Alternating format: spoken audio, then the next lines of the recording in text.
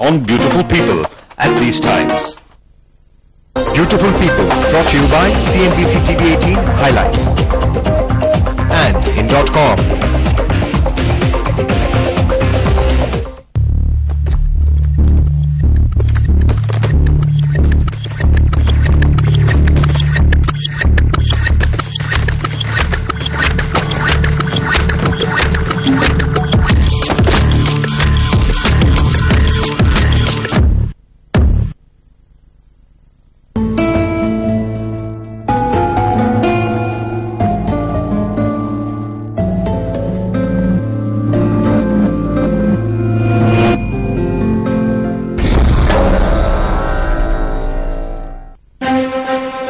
This is Network 18 and you are watching CNBC TV 18. Hello and welcome to this news update. I am Faye D'Souza. At least one person has been killed and more than 18 have been injured in a bomb blast that happened in a crowded market in South Delhi. The explosion, which comes a fortnight after serial blasts rocked the national capital, took place in Mehrauli market at 2:15 p.m. this afternoon. According to police sources and eyewitness reports, two young men on a motorbike drove past the crowded market and dropped a black bag. A 14-year-old boy reportedly picked up the bag with the intention of returning it to the bikers, and that's when it exploded, killing the boy instantly. At least 14 of the 50 injured have been rushed to the trauma center at AIIMS. Moving on to other news, the Tata Sons chairman Ratan Tata has reportedly responded to the West Bengal Chief Minister's invitation for talks in the Singur standoff. As things looked bleaker for the nano rollout from Singur, Buddhadev made another attempt to ask the Tatas to stay in West Bengal. CNBC TV 18 learns that Ratan Tata is likely to go to Kolkata to meet Buddhadev sometime later next week. And it looks like the beginning of a bidding war in the Indian technology services space. HCL has Axon for 650 pence per share. That brings the deal size to £441.1 million. This offer counters Infosys' earlier offer of 600 pence per share. Here HCL CEO Vineet Nair is giving us a rationale behind HCL's counter offer. This valuation is justified for the reasons that this is A, very strategic for HCL. B, Exxon has consulting and blueprinting business and we have operations business. There is a strategic merger for that. C, there is a lot of strategic alliance between customers. They have verticals which we don't have. It will help us getting into new verticals.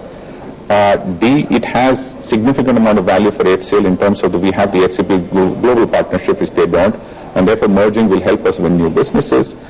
We see growth opportunities. We see this as a strategic difference which HCL wants to make from now to 2012, and therefore we think today is a fair valuation.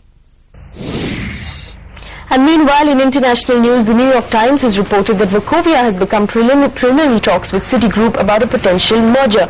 Just a week back, Wachovia was conducting talks with Morgan Stanley for a possible deal with what was one of the two last standing investment banks on Wall Street.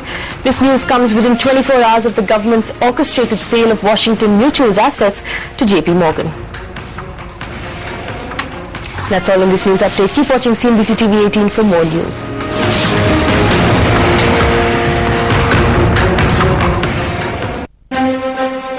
This is Network 18 and you are watching CNBC TV 18.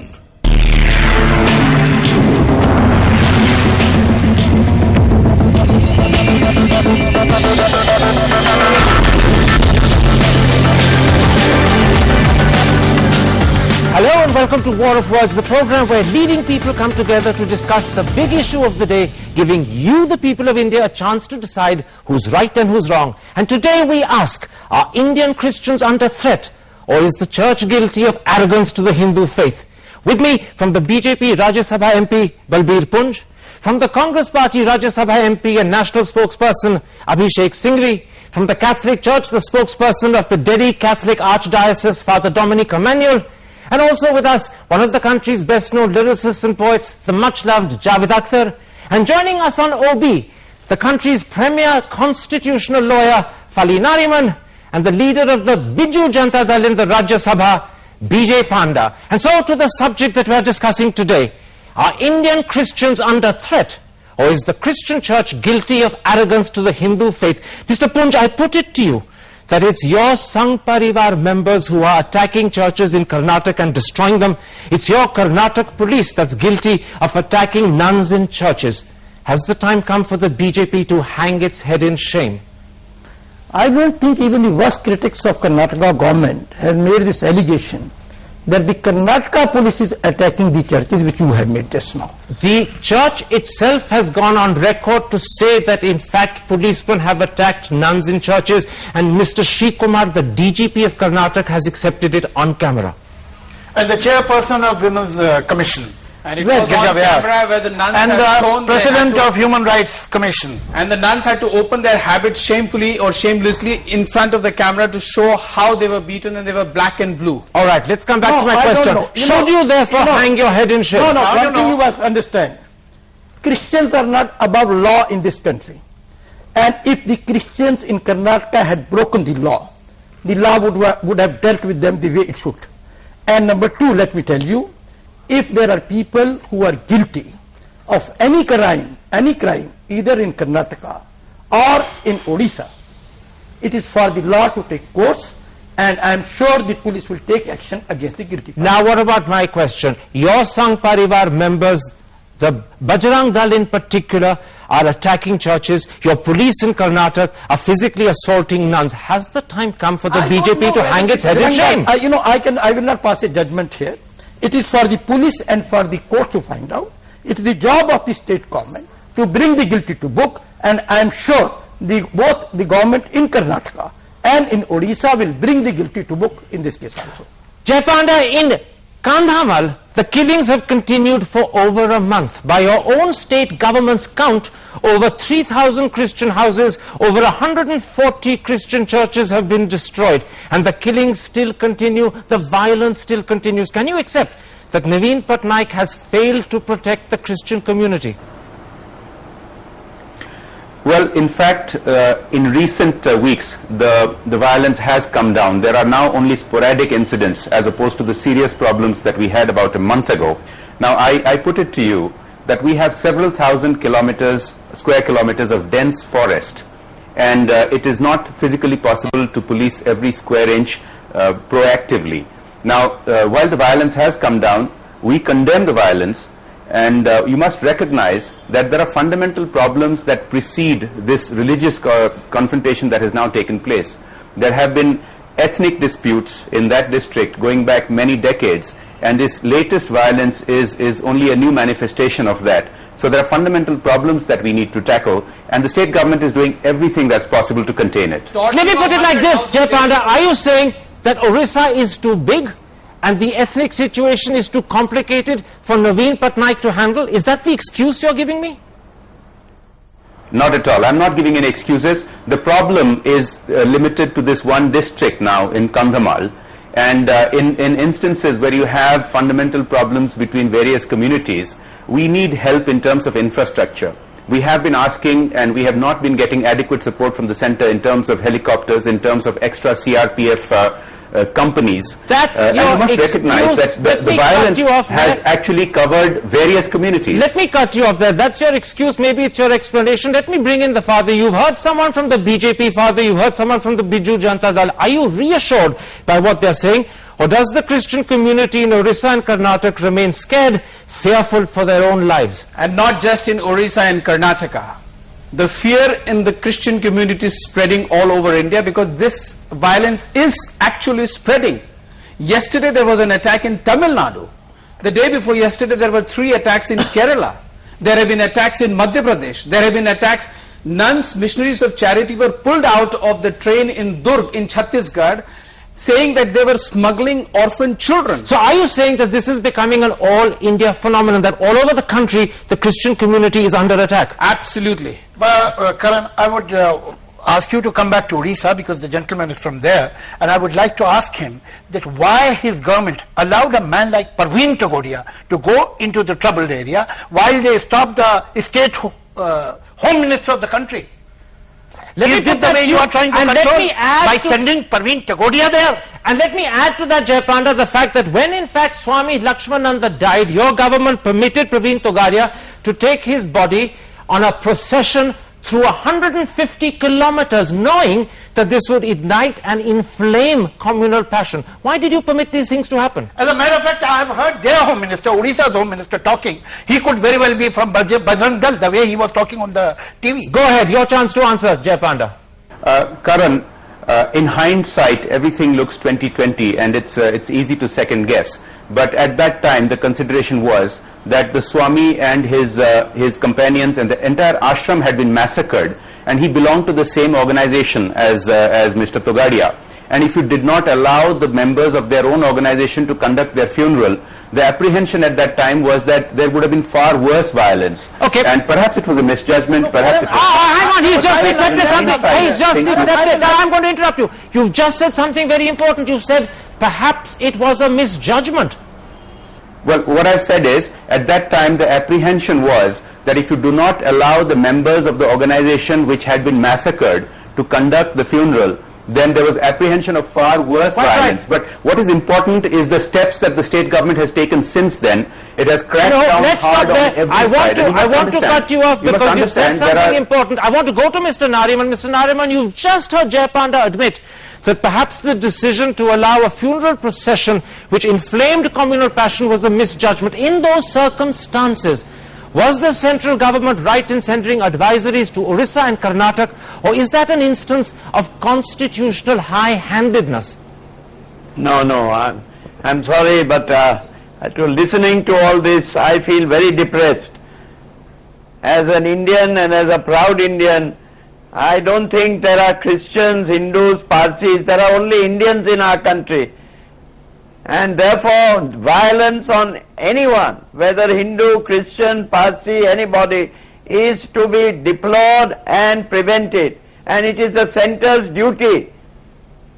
Article 355, which I believe must stand alone, to see that law and order is maintained within the state. And if it is not, then it has its options.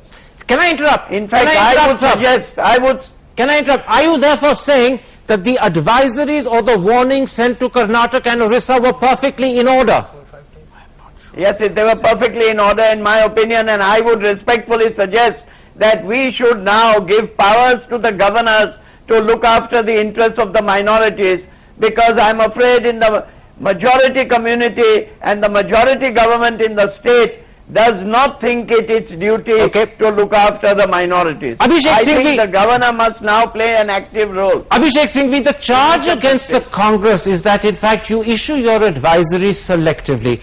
When there was trouble in Nandigram, no advisory was issued in Bengal. When the MNS paralyzed Maharashtra, no advisory was issued to Maharashtra. Yet you did so with alacrity in the case of both Karnataka and Orissa. The question I want to put to you is this. Were these advisories issued to protect the Christian community or to embarrass and target the BJP? Let me set the record straight. Both Sindoor and MNS were condemned in the most strongest language by both the Congress party, the UP and the government. But you didn't issue advisories, that's the point. Advisory is not to be issued everywhere. Advisories, number two, advisories issued in this case have had an effect. It is only after the advisory that the Chief Minister of Karnataka went out and said, yes, we'll do this and that. It's only after the advisory that the Chief Minister of Odisha said similar things. In which case, you don't want to make advisory in the case of Nandigram, you could have stopped the killings that happened at the CPM Nandigram was an industrial incident, and we condemned it, and had it gone further beyond that local area of a factory, it would have been issued. The point is different. I want to ask two questions because you've been asking this all along the panel. Number one, why now?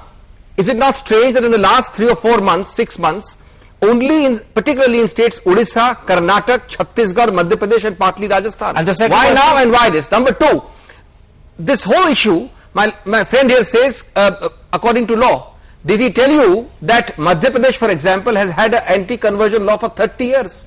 3 people even prosecuted ever for conversion. Can I now? 3 people alone. Can I now interrupt? It's a bogey. You're conveniently in asking this question, why now, and in pointing to the selective states that you've chosen, you conveniently left out Delhi. Ask the father. Were there not attacks on Christian churches in Delhi? Yes. Prove my father, louder. Louder, father. Answer. Yes, there have been absolutely also attacks in Delhi, in Piragadi. It proves my point. And Delhi is a Congress-ruled state. Because, no, it's not a Congress rule. Because of these attacks elsewhere in India, that this whole feeling of resentment Who is there in Delhi? Javed Akhtar, let me put a critical question to you. Yeah. When it comes to defending the minorities, when it comes to protecting their interests, is there any substantial difference between the BJP and the Congress, or is it a question of 6 of one and half a dozen of the other? I think there is only a difference of semantics, but on the ground level there is hardly any difference. So in other words, the Congress claim, which is what underlies the at the moment this is not the point of discussion. That they're better. At the moment this is not the point of discussion, and you cannot sidetrack the issue by saying Congress is also guilty. Every time you talk of Gujarat, BJP will tell you what happened in 84. So what are we talking about? Can one violence, one negligence justify another? This gentleman is saying that we had to, I want to ask him, for how many days Mr. Tagodia was there? Had he gone only for the funeral? And you can't even give security to the state minister of home of this country, to Mr. Jaiswal. Then why are you ruling, why are you governing Odisha? So you're saying that in fact the Odisha government has failed completely to fulfill its constitution? No, it has not failed. It has, it is in cahoot with BJP, and it is in cahoot with Bajrang Dal, and it is in cahoot with the VHP, and it is doing what it intends to do. The BJP let me come to you, Balbir Punj, and let me take the subject forward like this. Even today, after Christian churches have been attacked, the Bajrang Dal on camera says that they will attack more churches in Karnataka. Even today, the Sri Ram Sena is reported to be planning suicide squads to attack the Christian community. I put it to you, why shouldn't these two organizations be banned? Karan, I have no information that they are planning suicide. Indian Express, it was reported there. Pramod Mutalik I don't know said how so. reliable the report is. See, we are all seem to be involved in a blame game. We don't try to find the reason which creates this sort of resentment and unpleasantness in society. This problem between the Christians and the Hindus, in fact it is not a problem between the Hindus and Christians, let me tell you. It's a part of the church and civil society which has a problem. The Christians in this country, they are as patriotic, as good citizens as anybody else is. So are they safe in Odisha? Are they safe in Odisha? Yes, they are I want to ask you, anybody else is. those 4,000 houses that you have burned, I want to ask you, let me answer first. No, you'll have to answer this. Those 4,000 houses that you have burned are of the priests or of an ordinary Christian? See, that is a basically ethnic conflict which is happening in Kanwar. And Parveen Tagodia is a part of that ethnic. It is basically. Mr. Parveen Tagodia and VHP, and in Bangalore, the General Secretary of Bajrang Dal has the audacity to stand in front of the TV camera and says, we have done it and we'll do it again. You are hijacking this. That's what I was quoting. Father Dominic, you are not allowing others to speak. Father Dominic, let me bring you in. No, you just heard Mr. Punj say that there is no... Let me complete. Very quickly then, go ahead. I was completing and I was interrupted in between. See, this conflict between a part of the church and the Hindus, it goes back to almost 100 years. But that doesn't justify the killing. It does. It justifies the killing? No, it doesn't. It doesn't. But we have to go to the cause. We have gone to the reason. Now, this is a 300-page book written by Mahatma Gandhi way back in 1941, where he speaks about the conversion, the fraudulent means which the church adopts, and the way it tries to undermine the local tradition and culture. I will come to conversions later. I want to first stick to the Bajrang Dal. Does the church support a demand to ban the Bajrang Dal, possibly the Sri Ram Sena, possibly the VHP? Not only the church. I am told by this week, a weekly has published that 70% of the Indians want immediate ban on Bajrang Dal. I am not just saying, and church certainly wants it. So you believe you have nationwide support for a ban? Absolutely, absolutely. Let me put this to you. You have moved with alacrity to ban Simi, and even when tribunals have questioned your basis for doing so, you've overrun them. Why are you not showing similar alacrity to ban the Bajrang Dal? You are forgetting that we have banned such organizations in the past, including Bajrang Dal. There is a procedure under an act, and you can rest assured that there will be no hesitation in using the procedure. That procedure takes time. But there is no haste at all that you're making. There is haste. There is haste. Let me tell you. This is a diversion. What you are talking about is diversion. Answer my question. I must remind him that few years back, three states in this country recommended a ban on Simi and Bajrang Dal. The government banned Simi, but not Bajrang Dal. Am I right or wrong? No, but Bajrang Dal has been banned in the past. Why not ban it again when it is indulging in violence? You cannot equate those who say Bharat Mata ki Jai and who work for Pakistan. There is no way you can equate the two. I believe Tell me something. Is it justified on the behalf of Pakistan? And those people who say Bharat Mata ki Jai, Lehrao Tiranga, you can't equate with those who wave the Pakistani flag. Is it justified to kill a Christian while you say Bharat Mata ki Jai? Law should take its own course. And then let me bring you in, Jai Panda. Gentlemen, one at a time. Jai Panda, let me bring you in. The centre doesn't seem to be keen to ban the Bajrang Dal, but in your state, the Bajrang Dal has devastated Orissa. You know that. Why are you not taking steps? Because you have the power under the constitution to do so. Why are you not taking steps? Or is it the case that Naveen Patnaik wants to keep the Sangh Parivar happy because his election prospects depend on that? You know, the sad truth, Karan, is that there are miscreants from various communities, and there have been deaths among various communities, and there are problems with various organizations. Now, as far as the state government is concerned, it does not have the power to ban people, but of course we have taken the law and order steps necessary. We have arrested people from all these organizations that you are talking about. Otherwise, the things would have really spun out of control much beyond what has already happened. No, when you are saying that, you have to qualify your statement. What do you mean by various communities? If Christians have burned houses, where? If Christians have killed, where? No, I'm saying... When you are saying various communities, you are insinuating that. Christians have killed Swami Lakshmanan. That is a big lie. Mr. Pond, how do you know? And how do you know Bajrang Dal has done? They have said it themselves. They have said it themselves.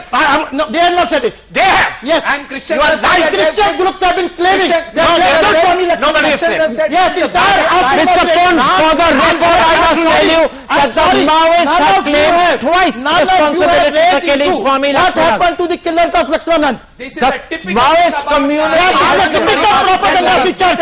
This is a typical propaganda of the church. That you are lying now. You are Gentlemen, lying. You know that you are lying. Gentlemen, one at a time. Just for the record, because I think it's important that the audience should know the facts. The Maoists in Orissa have on two separate occasions accepted responsibility. They have denied also. They have denied also. Let me bring you in, Mr. Nariman. Mr. Nariman, you've heard the argument about the nature of the Bajrang Dal. You've heard the explanation given by Abhishek Singhvi that banning an organization requires procedures. Those procedures take time. Do you, as a constitutional lawyer, believe that an organization like Bajrang Dal that still threatens to attack churches should be banned? Karan, I am an Indian first and a constitutional lawyer second. I am telling you that this debate is not doing anyone any good at all. In fact, it's spreading more and more hate. And I think this war of words must stop, in the sense that we must try to look for solutions and not try to rake up what X did or just Y did. Of course the center is soft on terrorism, it is soft on communalism, and so are all the states, and each has his or her own agenda. That's why let us think of how to deal with the situation like a responsible, civilized human being. Not go at each other. I've heard you, Mr. Nariman. Let me go to Javed Akhtar. I want to put the same question to all four of you, because I think it's a critical question. Would banning the Bajrang Dal be a solution, or would it inflame passions and make the situation worse? Very quickly. Only banning the Bajrang Dal will not be solution. You have to do much more than that. Okay. Would banning the Bajrang Dal be a solution? You've advocated it already, but I'm asking you to reconsider. Yes, my view is ban Bajrang Dal, but those miscreants like the Bajrang Dal will find other ways of attacking. They'll wear another mask and they will do this. Because they want to do it, they'll continue doing it in other ways. Would banning the Bajrang Dal be a solution or a mistake? Three answers. Yes, they have to be put on notice, and if they continue with this, they deserve to be banned. But remember, banning is not a solution by itself. Okay. The same organization works in different names, reincarnates itself, and therefore you need to have law and order, which the state alone can provide for any organization. Mr. Ponch, let me ask the question, then you answer it. There is no doubt that you as an individual do not support the violence that the Bajrang Dal is getting up to. You're today in the embarrassing position of having to defend them because they are Sangh Parivar members. Let me ask you a different question. Are you embarrassed by the way they behave? See, let me tell you one thing. If you want to solve the problem, ban conversions. stop the church from inducing people to change their faith either through fraud or inducement. Okay, we're going to take a break at that point and we're going to come back and actually tackle the subject of conversions. Is it in fact an expression of freedom of choice? Or is it an arrogant attitude that the Christian church takes towards Hinduism, which understandably annoys the Bajrangal? That's the subject in a moment's time, and I assure you, it's the key of this discussion. See you after this.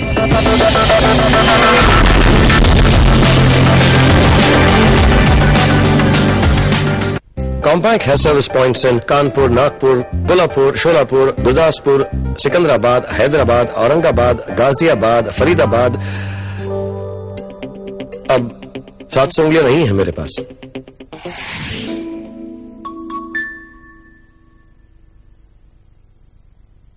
आज 5th anniversary है. मेरी तो silver jubilee लग रही है. एक बेहतर उपाय है फॉर नेचुरल लुकिंग बाल. नया Garnier colour naturals for main. Natural olive oil युक्त सफेद बाल अब कहां?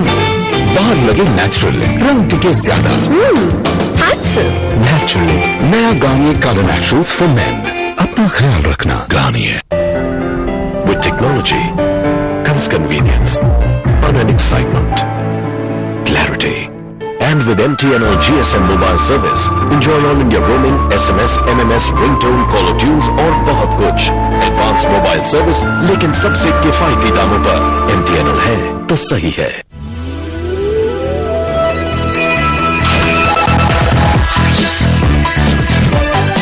Xerox Color. It makes business sense.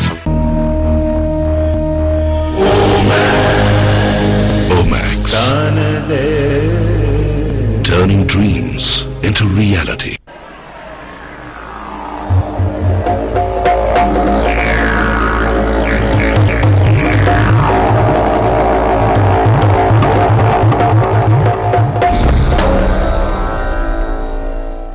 Okay madam, thank you. Priya का एडमिशन हो गया, लेकिन फीस आज ही देनी पड़ेगी. अरे जल्दी चलो, बैंक बंद हो जाएगा.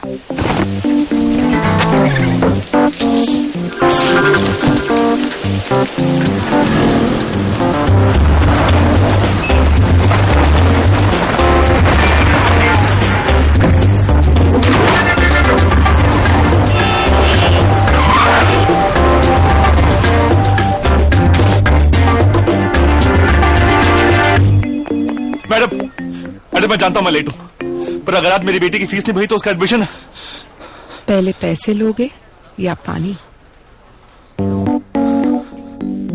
बैंक ऑफ इंडिया, रिश्तों की जमा पूंजी.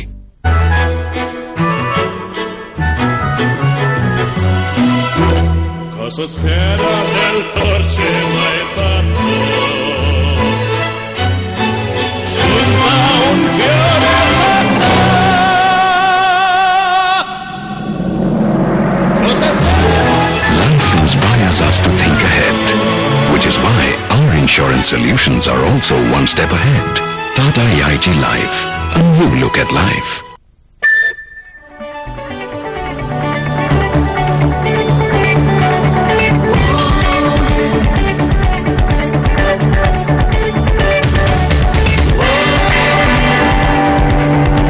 Presenting the all-new Honda City. BlackBerry personalized for the first time with special personalized applications with seamless international roaming with the best tariff plans in the world. Tata Indicom presents BlackBerry. Works as hard as you do.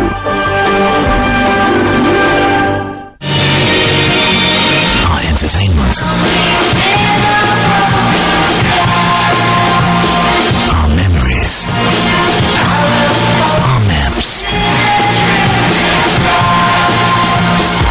Our games. Our blogs. Now we can all contribute to the web from the palm of our hands. Nokia M96. The web now made by hand.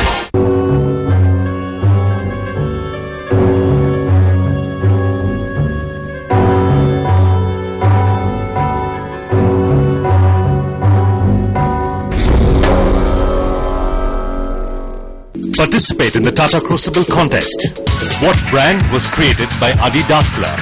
SMS TC space your answer to 52622 and win exciting prizes. Presented by the Tata Group. Leadership with trust.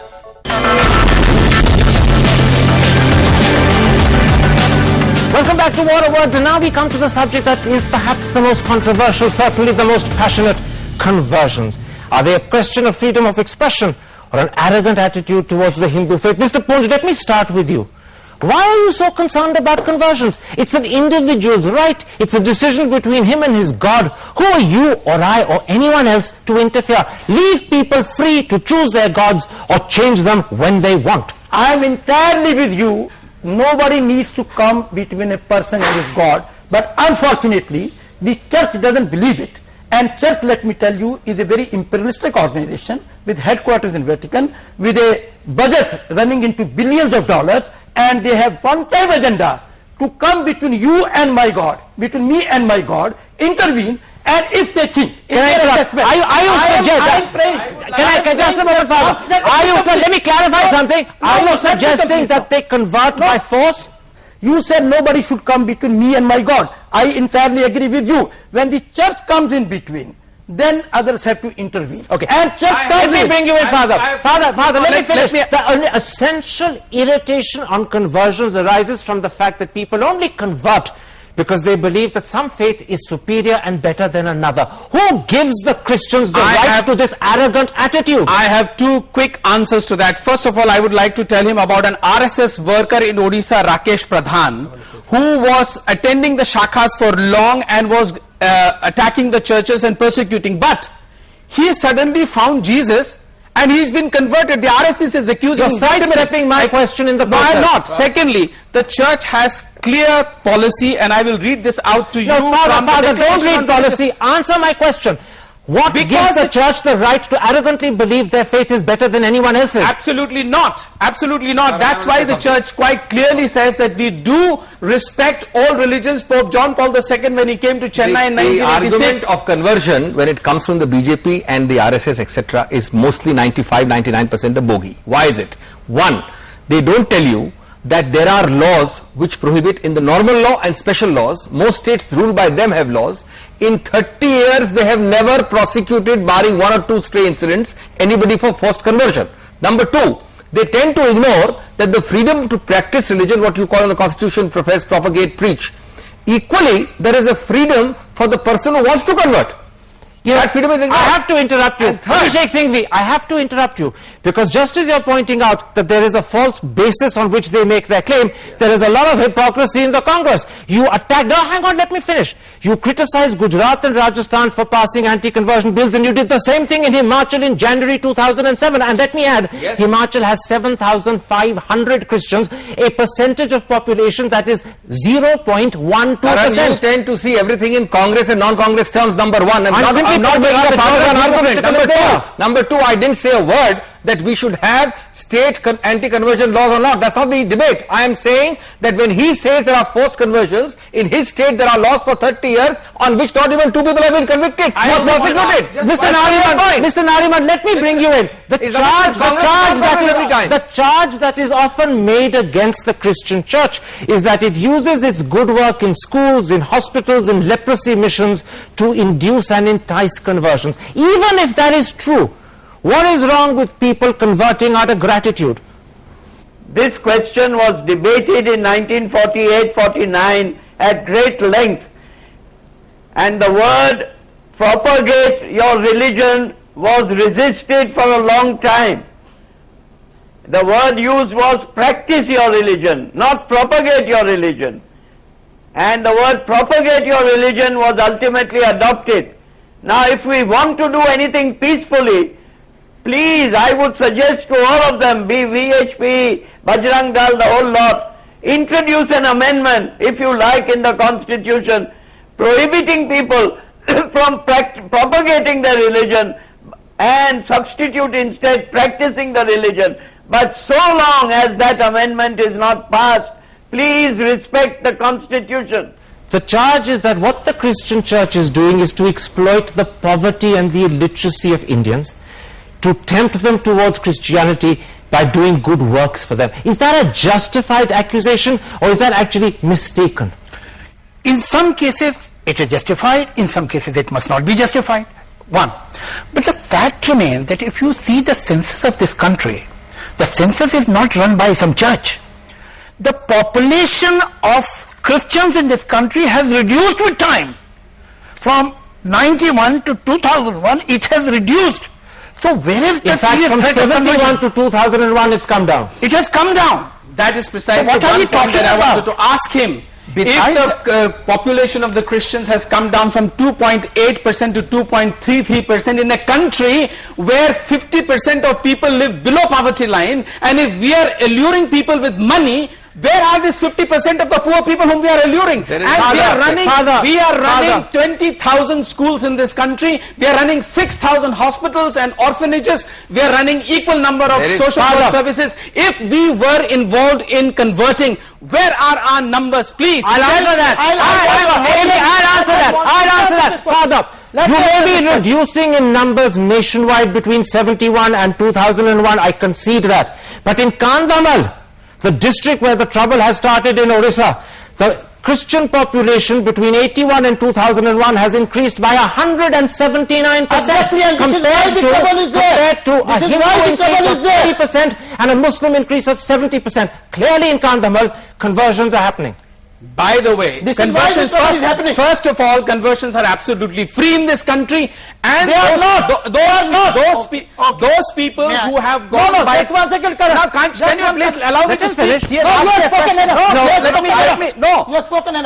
If there are conversions, so are in the Northeast, the tribal mentality and the mentality of the people is sometimes when the chief converts, the whole lot converts. Okay. This has been the case. I want to bring in Jai Panda, who has been listening very patiently. Jai Panda, how do conversions, in your eyes, affect the fabric of social harmony in Kandhamal? First of all, Karan, I would like to clarify that as an Indian and as an Odia, I, my party and my state government are completely in favor. We defend the constitution and we defend every individual's right to profess, practice and propagate his religion. Now, having made that clear, as you yourself pointed out, in Kandhamal there has been no reduction of the minority population. In fact, there has been an increase. Now, please understand that this latest religious dispute is only a new manifestation of an old problem. And let me explain the old problem very simply. This is a majority tribal district, and there are minority non-tribal populations who are in positions of power in that state, and there have been disputes relating to tribal land which have gone into non-tribal hands over many decades. And it just so happens that now it turns out that it has taken a religious... Mr. Jai Panda, how do you explain the work of Swamis Lakshmananda Saraswati, who has openly said and working for the last 40 years in the area to convert Christians back to Hinduism? Where are they? What have you got to say to that? He has openly gone around. Surely reconversion is a conversion by another name. It is a reconversion. So why is it not the same thing? Why is it not the same thing? It's not the same. Why? It is not the same thing. Why? Answer my question. Why is it not the same thing? I am answering. It's not the same thing because the man was in one faith. He was induced by fraudulent means to convert to the other faith. They dispute that. They dispute that. It has No, let them dispute. It has never And happened. church and travel are known. Let me, you're a non-politician. Let me bring you in with a thought that may be occurring to people as they listen to this debate. Conversions are a tricky, sensitive issue. Given that this is affecting the integrity of India, should the church voluntarily agree to a 10-15-year moratorium? Don't give up the right to convert. Just say that in the greater interest of India, we'll set that right aside for 15 years till passions cool down. As he said, it's very interesting that the gentleman who is saving the government's position is saying it is not because of conversion. He's saying it is because of the property. It is because of the land. Compounded by conversion. Compounded by conversion. According to me, Karan, we have a very good system with 3 angles, but it's how we operate and distort it that the problem arises. We have angle 1 where you have the propagate, the point Fali mentioned, where you must have a right to propagate. But But equally we forget we have practice and profess, which means the person like me who wants to change his religion has an equal right to change, because I have a right to practice religion of my choice. So from being a Hindu to a Christian. And the third point is important. If either in the propagation or in the practice there is coercion, fraud or allurement, there are sufficient laws under the IPC and elsewhere. By now I have these three things. My last question to you. Has the time come for a moratorium? I want to know one thing. One second, let me answer. A small question. That the reconversion that we are talking about, are these people getting reconverted willingly or under threat of Bajrang Dal? In fact, it's very interesting. Father, come back to the issue I raised. Father, look at me. Has the time come, in India's greater interest, to declare a moratorium for 10-15 years? The integrity of your country is at stake vis-a-vis the church's right to convert. Which is more important? Karan, do you want to put a moratorium on your conscience? If you want to make a moral judgment about something and an ethical judgment about something, do you want to put a moratorium on your freedom? And which is what RSS is trying to do for last 80 years. Eradicate all freedoms to people to celebrate Valentine's Day. They don't want it. People want to express their affection to each other. They don't want it. They want one single Hindu Rashtra where minorities have no rights, and that is what they are heading towards. And they are unnecessarily targeting, and they're forgetting that they are actually spoiling their name, tarnishing their name. Please go. Heaven's sake, I'm going to stop you there. I think you made the point you want to make. I'm going to take a break and I'm going to come back and look at the subject that underlies our discussion. Do we, even though the Christian faith has existed on Indian soil for 2,000 years, still harbor distrust towards Christian churches, Christian priests, and perhaps the faith itself? Because in a sense, that is the key to this whole discussion. See you in a moment after the break.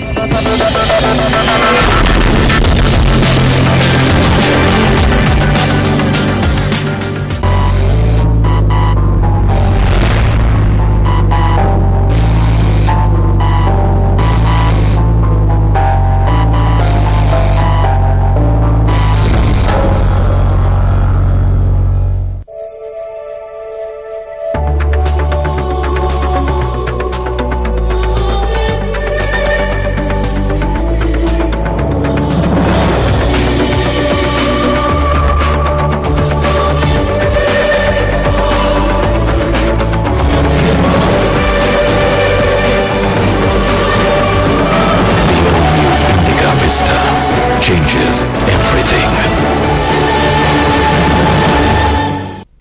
If beauty's what's on the inside, the interiors of a home or office make all the difference. Presenting Index Trade Fairs 2008, India's biggest furniture and interiors exhibition, brings you the best from around the world. Sprawling over 4 lakh square feet, Index Fairs offers you the chance to experience world design at your doorstep. 28th September to 2nd October at MMRDA Grounds, Bandra Kurla in Mumbai. Presented by Universal Exposition Limited, Television Associate, Heritage India.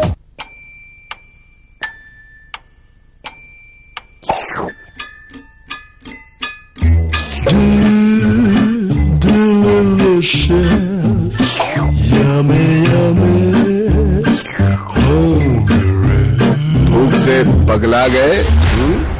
New Britannia Nutri-Choice 5-grain biscuits loaded with wheat, oats, corn and 5-grain goodness. भूख भगाओ, कुछ healthy खाओ.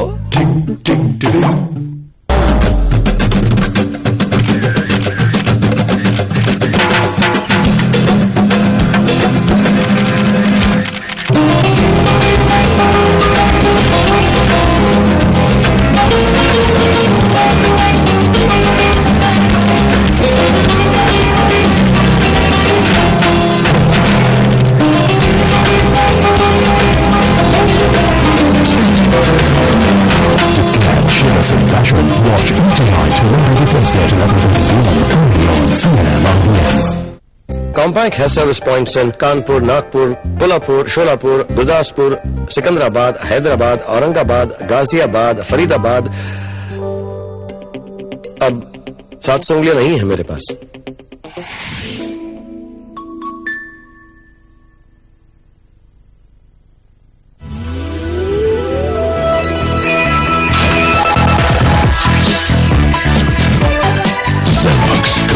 It makes business sense. In Introducing Enhanced Money Control mobile site. Visit m.moneycontrol.com. This is a classical design. Housewoman residence in 5 prestigious awards. So, what can I do for you? Design a house around this.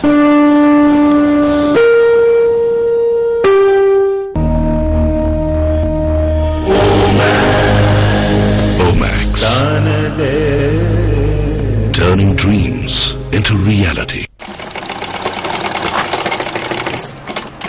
इसी को तुम अखबार में छुप छुप कर देख रही थी ना? हाँ, क्यों? देखो, मैं ले आया। पागल तो नहीं हो गए? कितने के हैं? अरे कुछ भी नहीं। नहीं। लौटा। ये आज बहुत शुभ दिन है, वो वैलेंटाइंस डे। इस दिन जो लोग प्यार करते हैं ना, एक दूसरे को कुछ न कुछ देते हैं। अब इस उम्र में कहाँ पहनूंगी हीरा? अरे हीरे को क्या पता तुम्हारी उम्र? SBI लाइफ इंश्योरेंस के पेंशन प्लान्स, ताकि प्यार के बीच कभी पैसों की कमी न आए। इस वर्ल्ड एल्डर्स डे पर किसी बुजुर्ग के चेहरे पर एक मुस्कुराहट ले आइए। कैसे एक मकान चुपके से घर बन जाता है? क्यों उस घर का दरवाजा हरदम खुला नजर आता है? क्यों पड़ोसी अपने घर से ज्यादा इस घर में नजर आते हैं? रोटियां यहां पर कभी गिन के क्यों नहीं बनती? क्यों होली खेलने पूरा मोहल्ला यहीं पर जुटता है? क्यों दिवाली का पहला पटाखा यहीं से छूटता है? क्यों क्रिकेट में हारते हारते यहां इंडिया जीत जाता है? कैसे एक घर सबकी जिंदगी में रंग लाता है? हर घर चुपचाप से ये कहता है कि अंदर इसमें कौन रहता है? Asian paints. एक दिन मिला तो टशनी चूहा, make me wonder, drove me crazy. उसने मेरे बदले नजारे, put me out with गजब की तेजी। तब पता चला टशनी चूहा था वो मेरा अपना। जब साथ हो माउस तो मिलेगा house. Makan.com, real properties, real buyers.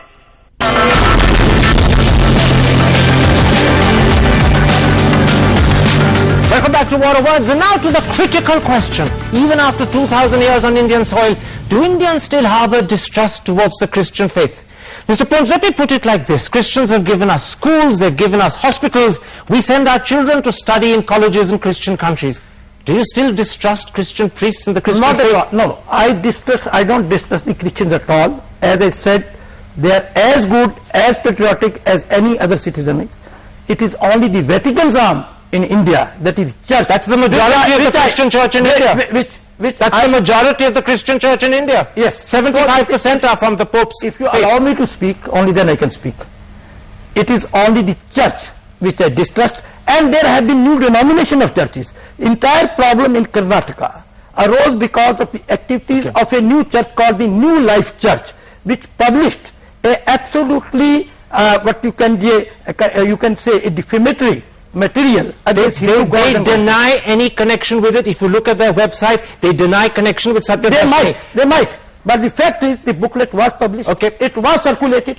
I'll come to the booklet in a moment, but let me gentlemen, no, I'm not letting you interrupt each other. Gentlemen, let me bring in Mr. Panda. Mr. Panda, the church probably said if there were two leaders in the NDA that would defend the church, it was Jay Panda and Naveen Patnaik. Your people are for Christian education, your people are for Christian outlook. And yet in December, when Kandhamal was burning, your chief minister refused to meet the Archbishop of Cuttack. I put it to you that if you let down the Christians in their hour of need, you are betraying your own values. I myself have benefited from missionary school education, and you are quite right. I will defend people of the minority faith, people of the majority faith, and all concerned. And the fact is that allegation that Naveen Patnaik refused to meet a Christian leader is not correct. It has been denied, it has been clarified, and I can't tell you anything more than that. The fact is that if you look at our state government's actions, it has been firm and it has been neutral, and it has taken action against miscreants without regard to their religion, and that's the way a government ought to act. Let me bring you, Father, no, you talk to me, not to him. I want to bring you in and raise the issue why people distrust the Christian church even after 2000 years. Let's take Satya Darshini. Which people? I will give you an example of the sort of people I'm talking about. Satya Darshini, released in Karnataka, written by two people who describe themselves as reverends and therefore clergymen of the church, says that Vishnu, Shiv and Brahma were victims of lust. It says that Urvashi, Vishnu's daughter, is a prostitute. It says that Krishna represents darkness, not light. And this is not the first time it's happened. AD 2000 and beyond did it. The Southern Baptists have done it. Anybody who denigrates any other god of any religion has to be condemned, and they have to be condemned. We do not accept that any other religion has to be disrespected or their gods have to be disrespected or denigrated. We do not hold that true. We do have respect for all religions, and that's why we are here. Let him finish first, Mr. I am Punch. asking again and again this question, and they have not been able to answer why are numbers decreasing. You of course quoted me the example of I'm sticking to the subject I've raised. I'm going to come to you. If Danish cartoons could inflame the Muslim world, then is it not understandable that the sort of vilification of Hindu gods in Satya Darshini will inflame Bajrang Dal opinion? That's true. I totally agree with you. But what is the difference, What Bajrang Dal is doing in Odisha or Bangalore, if you say Hindus are doing it, will be wrong. If there is some particular priest, some particular Christian organization that has done that, you should pin them down, you should bring them to the law, but you should not say Christians are doing it. That's the difference. Don't generalize. Don't generalize. the Vatican. He goes on to the Vatican. I have no doubt, and I'm not for a moment saying that the books that we're talking about were published by the Catholic Church. But given that Catholics represent 75% of the Christian community in India, should the Church clearly and unequivocally not just have distanced itself from such vilification, but condemned it? Yes, I think it should. It is time now. And we can't have all these niceties and fineries and so on, that it's not me, it's someone else, some other Christian, because the general run of people don't distinguish between one Christian and another. I think it is time that the church officially, the archbishops should get together and condemn it. But after that, there must not be violence against Christians. Okay. Or against any minority community or against any community. Right or wrong, the Christian community, Abhishek Singhvi, has great faith in the Congress. It looks upon you, even though from time to time you disappoint them, as the party that protects them. You have the opportunity to say to the cardinals and to the archbishops in India, clarify all doubt, condemn unequivocally Satya Darshini and other such literature. Will you take that step? Everything is not a Congress and a non-Congress issue, Karan. I just wish you'd rise above this Congress business. This is it's a totally different issue. But you're not answering something happening there. There's no question of the Congress. The Congress has said openly, repeatedly, that anybody who spreads defamatory material about religion, whether it's Satya Darshini or elsewhere, has to be condemned. He'll be prosecuted. And but it's the same point. You can't, because there's a Muslim terrorist. Because there's a terrorist who's a Muslim. Islam is not terrorist. It's the same point. You can't have generalizations. I want to ask Balvi. We have gone through, as you said, we have gone through a Christian education. I have gone through, perhaps you have gone through, certainly he has gone through. Now, the best proof of the pudding is in our early years. We lived in a Christian environment in school, but there was never any sense of coercion about our own culture. To you, the reason at the end of the day that the church is still distrusted by the Bajrang Dal, it is only the Bajrang Dal. That's what I want to say. It is the Sangha Parivar which has a political agenda.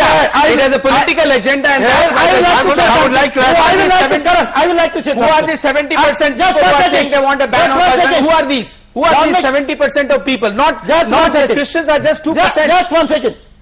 See, he says it is only the Sangh Parivar. Absolutely. Just 1 second. This is 1941 publication of Mohanchand Karamchand Gandhi, 300 pages, in which he has listed numerous instances how the church has abused the Hindu gods and goddesses, how they have been using fraudulent means to induce conversions. This is by Mohanchand Karamchand Gandhi. I am asking you. I am asking you. I am asking you. I'm answering a question. I'm answering a question. I'm asking you. I'm answering it. This is a friendly war of words, not an actual war. Is there a law in this country? I'm asking. I'm cutting through this. I'm coming to the end of this show. Yeah. There are many people who will perhaps in mind the sentiment expressed by Mr. Nariman, that this is a sad moment. Instead of being together as Indians, we're falling apart. We're accusing each other, we're showing distrust. Can we break out of this, or are we condemned as a country into an eternal tutu meme? People will disagree, people will have different points of view, but in a civilized society, there are channels, there are ways, there are platforms, there are podiums to express your disagreement or dissension. It is not violence that solves the problems. This is something that Sangh Parivar should understand. Besides that, as far as the hate speeches or hate writings are concerned, there is a law in this country against that. And if any Muslim organization has done, if Christian organization has done, they should be punished for that. But the fact is, the biggest source of hate speech and hate literature is Sangh Parivar in this country. A quick answer before I end the show. Just 1 second. Very quick. I haven't got time for that. No, just 1 second. This is the Niyogi Committee report published in 1956, ordered by a Congress government. This entire report is replete and full of instances how the church has been generating hate literature, how it has been using. Back to where we began. There was a moment when Javed Akhtar, as a poet perhaps should, was suggesting a way out, a way for the future, but I'm afraid we've gone back to acrimony. At that point, we're coming right to the end of the show. My thanks to my guests for joining me. My thanks to both Mr. Panda and Mr. Nariman for joining us on OB. And on that somber, sad note, we have to perhaps ask ourselves, how do we get out of this eternal tutu meme that can only drag us down? If you have been, thanks for watching. Goodbye. Good night.